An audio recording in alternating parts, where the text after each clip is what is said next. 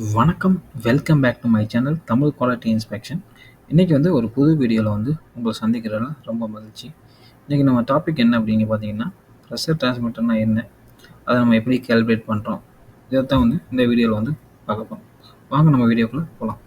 First இந்த pressure transmitter. இந்த pressure transmitter ஒரு மெக்கானிக்கல் டிவைஸ். எதுக்கு நம்ம யூஸ் பண்ண போகிறோம் அப்படின்னா, இந்த ப்ரெஷரை மெஷர் பண்ணுறதுக்காக நம்ம யூஸ் பண்ண போகிறோம்.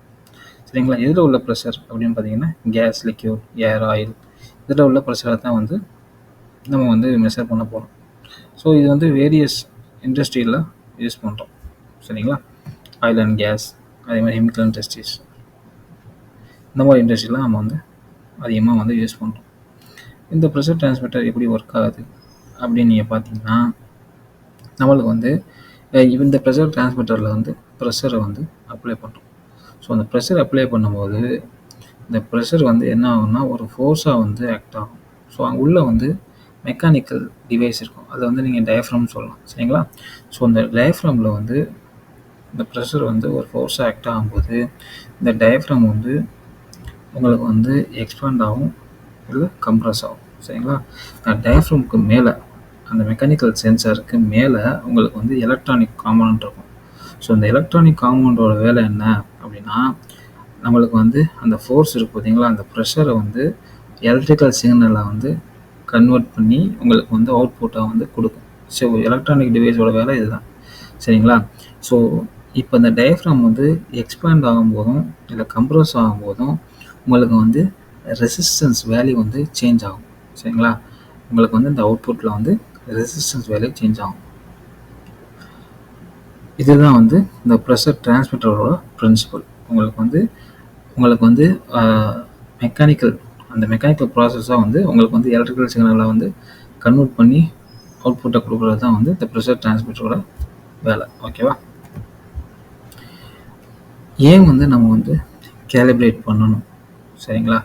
இப்போ உள்ள நம்ம pressure sensor R mechanical device தான் நம்ம யூஸ் பண்ணுறோம். ஸோ அந்த மெக்கானிக்கல் டிவைஸில் உங்களுக்கு அந்த ஃப்ளூயிட் டச் ஆகும். ஸோ அந்த ஃப்ளூயிட் டச் ஆகும்போது, ப்ராசஸ் ஃப்ளூயிட் டச் ஆகும்போது, ஸோ அதனால் உங்களுக்கு அந்த மெக்கானிக்கல் ஸ்ட்ரெஸ் அந்த டிவைஸில் ஆக்ட் ஆக வாய்ப்பு இருக்குது. அதே மாதிரி உங்களுக்கு அப்ரேஷன் தேய்மானம், உங்களுக்கு கெமிக்கல் ரியாக்ட் ஆகி டீக்ரேடட் ஆகக்கூடிய வாய்ப்புகள் இருக்குது. ஸோ இதனால் உங்களுக்கு அந்த ப்ராப்பர்ட்டிஸ் சேஞ்ச் ஆக வாய்ப்பு இருக்குது. உங்களுக்கு அவுட்புட் சரியாக கிடைக்காது, ப்ராப்பராக இருக்காது. ஸோ அதனால தான் நம்ம வெரிஃபை பண்ணுறதுக்காக தான் நம்ம கேலிப்ரேஷன் பண்ணுறோம். இன்னொரு ஃபேக்டர் அப்படின்னு நீங்கள் பார்த்தீங்கன்னா, நம்ம ஃபீல்டில் டிரான்ஸ்மிட்டரை இன்ஸ்டால் பண்ணிடுவோம். 24 ஹவர்ஸ், அது 24 ஹவர்ஸ் 7 days கண்டினியூஸாக நம்ம பவர் கொடுப்போம். ஸோ கண்டினியூஸாக நம்ம பவர் கொடுக்கும்போதும் உங்களுக்கு எலக்ட்ரானிக் காம்பவுண்ட் டேமேஜ் ஆகக்கூடிய வாய்ப்புகள் இருக்குது. ஸோ டெம்பரேச்சர் வேரியேஷன், அந்த ஃபீல்டில் டெம்பரேச்சர் வேரியேஷன் ஆகுது, மாய்ஸ்சர் இருக்குது, வைப்ரேஷன். ஸோ இதனாலையும் உங்களுக்கு அந்த எலக்ட்ரானிக் காம்பவுண்டில் இம்பேக்ட் ஆக வாய்ப்பு இருக்குது. ஸோ அதனால் உங்களுக்கு கிடைக்கக்கூடிய அந்த அவுட்புட்டோட ஸ்ட்ரென்த்து வேரி ஆக வாய்ப்பு இருக்குது. ஸோ இதுக்காக தான் due to age factor, so இதுக்காக தான் நம்ம கேலிப்ரேஷன் பண்ணுறோம். ஓகேங்களா? நம்ம கேலிப்ரேஷன் பண்ணுறதுக்கு என்னென்ன எக்யூப்மெண்ட் தேவை அப்படின்னு நீங்கள் பார்த்தீங்கன்னா, பவர் சோர்ஸ், அதுக்கப்புறம் உங்களுக்கு hand pump or pressure calibrator, HART communicator, அதுக்கப்புறம் ப்ரெஷர் டிரான்ஸ்மிட்டர். இதில் நம்ம கேலிப்ரேட் பண்ண போகிறோமோ அந்த UEC, unit under calibration. So இதில் இதுதான் ஒரு செட்டப்பு. சரிங்களா? Pressure transmitter, pressure pump or pressure calibrator, நம்மளுக்கு ஹார்ட் கம்யூனிகேட்டர். இந்த ஹார்ட் கம்யூனிகேட்டர் எதுக்கு நம்ம யூஸ் பண்ணுறோம் அப்படின்னா, கான்ஃபிகரேஷனுக்காக நம்ம யூஸ் பண்ணுறோம். ப்ரெஷர் டிரான்ஸ்மிட்டர் கான்ஃபிகர் பண்ணுறதுக்காக நம்ம யூஸ் பண்ணுறோம். சரிங்களா? இனிஷியலாக நம்ம ப்ரெஷர் டிரான்ஸ்மிட்டரை கான்ஃபிகரேஷன் பண்ணிடணும். கான்ஃபிகரேஷன் பண்ணிட்டு தான் அதுக்கப்புறம் நம்ம கேலிப்ரேஷன் பண்ணணும். கேலிப்ரேஷன் என்ன அப்படின்னா, நம்ம ப்ரெஷர் பம்பில் இருக்குல்ல, ஸோ அதில் ஒரு ப்ரெஷர் நம்ம பில்ட் பண்ணுவோம். ஸோ அந்த ப்ரெஷரும் நம்ம ப்ரெஷர் டிரான்ஸ்மிட்டரில் அந்த அவுட்புட் கிடைக்க பார்த்திங்களா, அந்த ப்ரெஷரும் சேமானு செக் பண்ணணும். ஸோ அந்த சேமானு செக் பண்ணணும். ஸோ அந்த டாலரன்ஸுக்குள்ளே இருக்கா, அந்த எரர் டாலரன்ஸுக்குள்ளே இருக்கா அப்படின்னு செக் பண்ணணும். ஸோ அதை வெரிஃபை பண்ணுறது தான் வந்து இந்த கேலிப்ரேஷன். ஓகேங்களா? இன்கேஸ் உங்களுக்கு வந்து அவுட் ஆஃப் டாலரன்ஸ்னால் ஹார்ட் கம்யூனிகேட்டர் மூலயமா நம்ம திரும்ப வந்து அந்த அவுட்புட் சிக்னலை வந்து நம்ம வந்து சேஞ்ச் பண்ணி நம்ம வந்து திரும்ப வந்து நம்ம வந்து கேல்குலேட் பண்ணணும். ஓகேங்களா? ஃபஸ்ட்டு வந்து நம்ம ஒரு ஃபார் எக்ஸாம்பிள் வந்து நான் 0 to 80 பார் அந்த அந்த ரேஞ்சில் கான்ஃபிகரேஷன் பண்ணிட்டேன் ப்ரெஷர் டிரான்ஸ்மிட்டரில். ஓகேங்களா? ஸோ வந்து எனக்கு வந்து இப்போ நான் வந்து ஜீரோ பார் வந்து நான் ப்ரெஷர் அப்ளை பண்ணும்போது எனக்கு அவுட்புட் சிக்னல் வந்து 4 மில்லி ஆம்ஸ் வந்து கிடைக்கணும். சரிங்களா? இதுவே 80 பாரில் 20 மில்லி ஆம்ஸ் வந்து எனக்கு வந்து அவுட்புட்டாக வந்து கிடைக்கணும். ஸோ அப்படி தான் வந்து நான் கான்ஃபிகரேஷன் பண்ணியிருக்கேன். ஓகேங்களா? ஸோ அந்த அவுட்புட்டை வச்சு தான் உங்களுக்கு வந்து அது 0வா இல்லை வந்து 50 பாரா 20 பாரா உங்களுக்கு வந்து அவுட்புட்டை வந்து கிடைக்கும். ஓகேவா? இனிஷியலாக நான் வந்து இப்போ வந்து ப்ரெஷர் டிரான்ஸ்மிட்டரை வந்து கேலிப்ரேஷன் பண்ண போகிறேன் வெரிஃபிகேஷன் ப்ராசஸ்க்காக.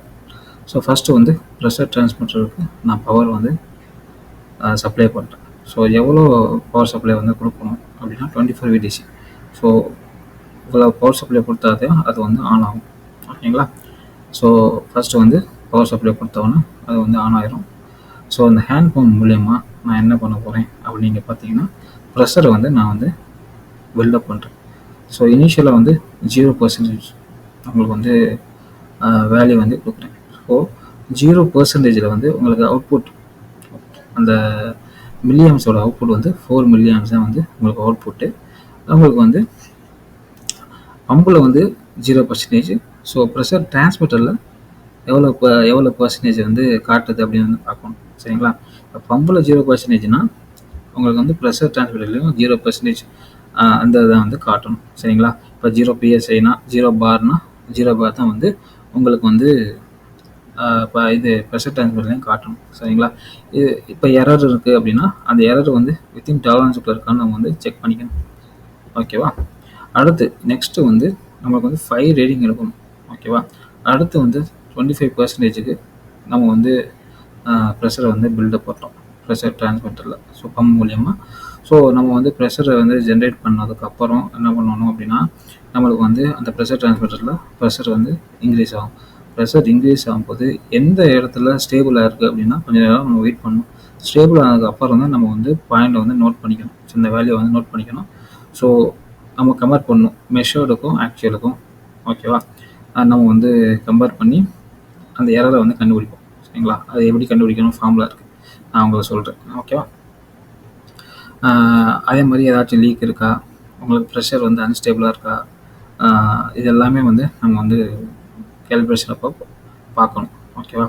அது வந்து இன்க்ரீசிங் ஆர்டரில் நம்ம வந்து செக் பண்ணணும். அதுக்கப்புறம் டிக்ரீசிங் ஆர்டரில் 100 அப் டு 25% வரைக்கும் நம்ம வந்து செக் பண்ணி அந்த வேல்யூவை வந்து ரெக்கார்ட் பண்ணணும். சரிங்களா?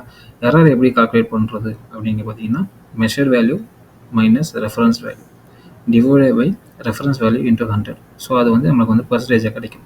ஸோ அந்த பர்சன்டேஜ் வந்து நம்ம டாலரன்ஸுக்குள்ளே இருக்கா அப்படின்னு வந்து செக் பண்ணணும். சரிங்களா? அந்த டாலரன்ஸுக்குள்ளே இருந்தால் அந்த ப்ரெஷர் டிரான்ஸ்மிட்டர் வந்து ஓகே. இப்போ அந்த ப்ரெஷர் டிரான்ஸ்மிட்டர் வந்து அதோட எரர் வந்து அந்த லிமிட்டை விட அதிகமாக இருக்குது, நம்மளுக்கு அந்த டாலரன்ஸ் லிமிட்டோட அதிகமாக இருக்குது அப்படின்னா நம்ம திரும்ப என்ன பண்ணணும்னா கான்ஃபிகரேஷன் பண்ணணும். ஸோ நம்ம எப்படி கான்ஃபிகரேஷன் பண்ணணும்னா ஹார்ட் கம்யூனிகேட்டரில் தான் வந்து நம்ம வந்து கேலிப்ரேஷன் வந்து பண்ணணும். ஸோ எப்படி அட்ஜஸ்ட் பண்ண போகிறோம் அப்படின்னு பார்த்தீங்கன்னா இந்த 0 ட்ரிம் அந்த ஸ்பேன் ட்ரிம்னு வந்து ஹார்ட் கம்யூனிகேட்டரில் வந்து உங்களுக்கு ஒரு ஆப்ஷன் இருக்கும்.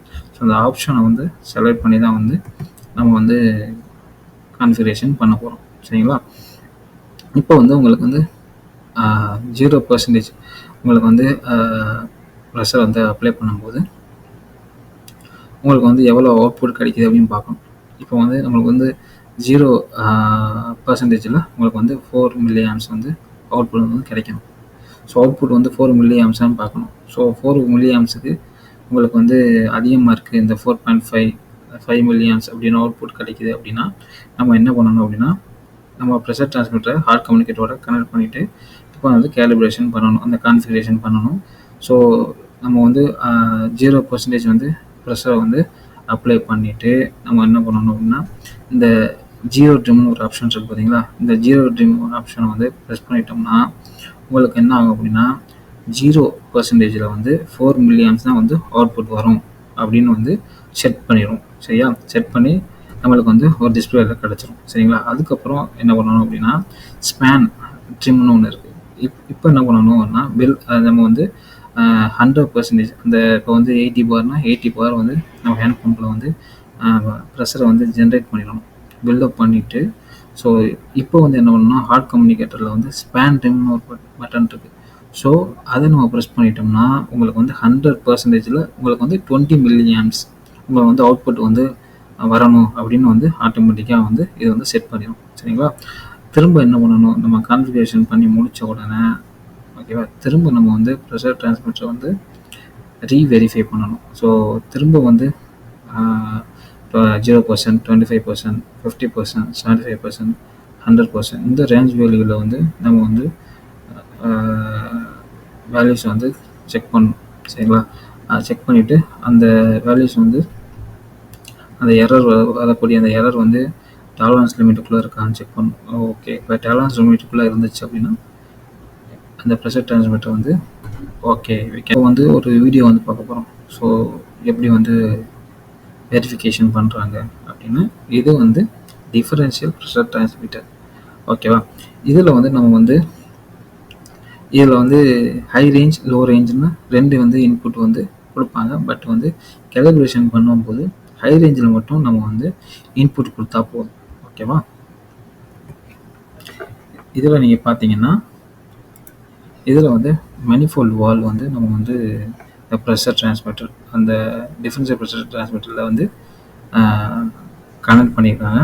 இது வந்து நமக்கு வந்து பவர் சோர்ஸு. ஸோ 24 VDC வந்து கொடுக்குறோம். ஸோ கொடுக்கும்போது என்ன ஆகும்னா இது ஆன் ஆகும். சரிங்களா? ஆன் ஆயிரும். ஸோ நம்ம வந்து இதில் வந்து இந்த மணிஃபோல்டில் பார்த்தீங்கன்னா ஐசோலேஷன் வால்வ் இருக்குது, அதுக்கப்புறம் ஈக்குவலைசர், வெண்ட். ஸோ இப்போ வந்து நம்ம வந்து ஐசோலேஷன் வால்வை வந்து ஃபுல்லாக ஓப்பன் பண்ணிடணும். ஓப்பன் பண்ணும்போது அவங்களுக்கு வந்து பவர் அந்த ப்ரெஷரை வந்து நம்ம அப்ளை பண்ணும்போது அது வந்து ப்ரெஷர் டிரான்ஸ்மிட்டர் உள்ளே போகும். ஓகேங்களா? ஸோ ஹேண்ட் பம்ப் மூலியமாக தான் நம்ம வந்து ப்ரெஷரை வந்து நம்ம வந்து பில்டப் பண்ணுறோம். ஸோ இந்த ஹேண்ட் பம்ப் அந்த ஹை ரேஞ்சில் அந்த இதில் தான் வந்து நம்ம இன்புட் வந்து கொடுக்குறோம். சரிங்களா? இப்போ வந்து நான் வந்து 0% வந்து ஃபஸ்ட் வந்து இனிஷியலாக கொடுத்தேன்.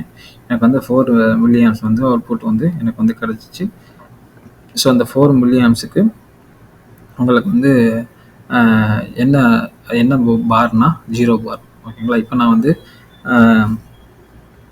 இதுவே வந்து 25%க்கு நான் வந்து கால்குலேட் பண்ண போகிறேன்.